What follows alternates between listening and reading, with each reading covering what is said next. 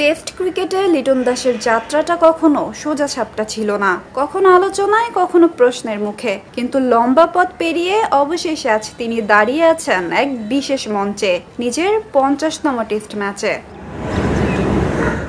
2015 সালে ভারতের বিপক্ষে ফতুল্লায় অভিষেক, আর আজ 2025 সালে কলম্বোতে গায়ে জড়িয়েছেন বাংলাদেশ টেস্ট দলের জার্সি। দেশের ইতিহাসে যা মাত্র 10ম খেলোয়াড় হিসেবে তার অর্জন। গল টেস্টে 90 রানের ইনিংস যেন ছিল এক আত্মবিশ্বাসী প্রত্যাবর্তন। আন্তর্জাতিক ক্রিকেটে পা রাখার আগেই ব্যাটিং স্টাইলে আলোচনায় ছিলেন লিটন। সময়ের সঙ্গে সেই মুগ্ধতা পেয়েছে বাস্তবতার ছাপ। ব্যর্থতা এসেছে, সমালোচনাও কম হয়নি, কিন্তু প্রতিবারই ঘুরে দাঁড়িয়েছেন নিজের শৈলী আর সাহসে। 49 টেস্টে লিটনের সংগ্রহ 2881 রান, 4টি সেঞ্চুরি, 18টি 50। পরিসংখ্যানে হয়তো চওড়া হাসি নেই, কিন্তু ব্যাটিংয়ের নান্দনিকতা আর সম্ভাবনার ঝলক বারবার মনে করিয়ে দেয় এই ব্যাটার অন্যরকম।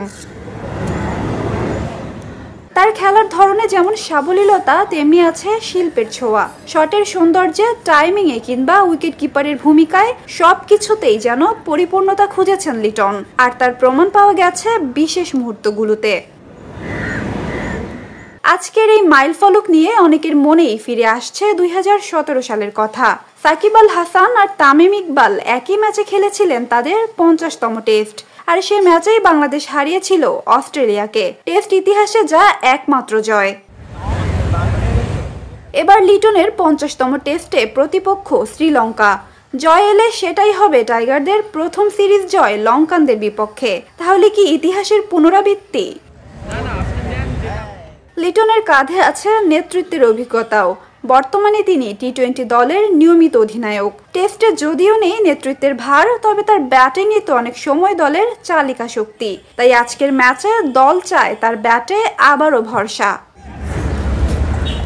2015 থেকে 2025 এই এক দশকে লিটন পেরিয়েছেন অনেক চড়াই উতরাই।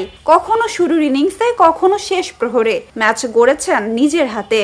যদিও সমালোচনার মধ্যে থেকেছেন বহুবার, তবু প্রতিবারই ফিরেছেন নতুন কিছু প্রমাণ করতে।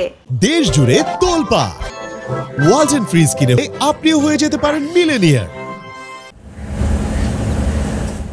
আজ তার জন্য বিশেষ দিন।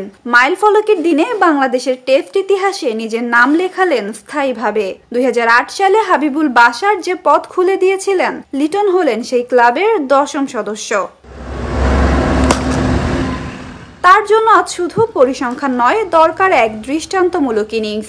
দল জিতুক, লিটন হাসুক, এই হোক আজকের প্রার্থনা। লিটনের 50তম টেস্ট শুধু একটি ম্যাচ নয়, এটি তার ক্রিকেট জীবনের এক মাইল ফলক। হয়তো এখান থেকেই শুরু হবে আরও পরিণত এক অধ্যায়। আজ তাই প্রশ্ন নয়, শুধু শুভেচ্ছা। অভিনন্দন লিটন দাস। নাজিফা তাসনিম, ক্রিকেট 97।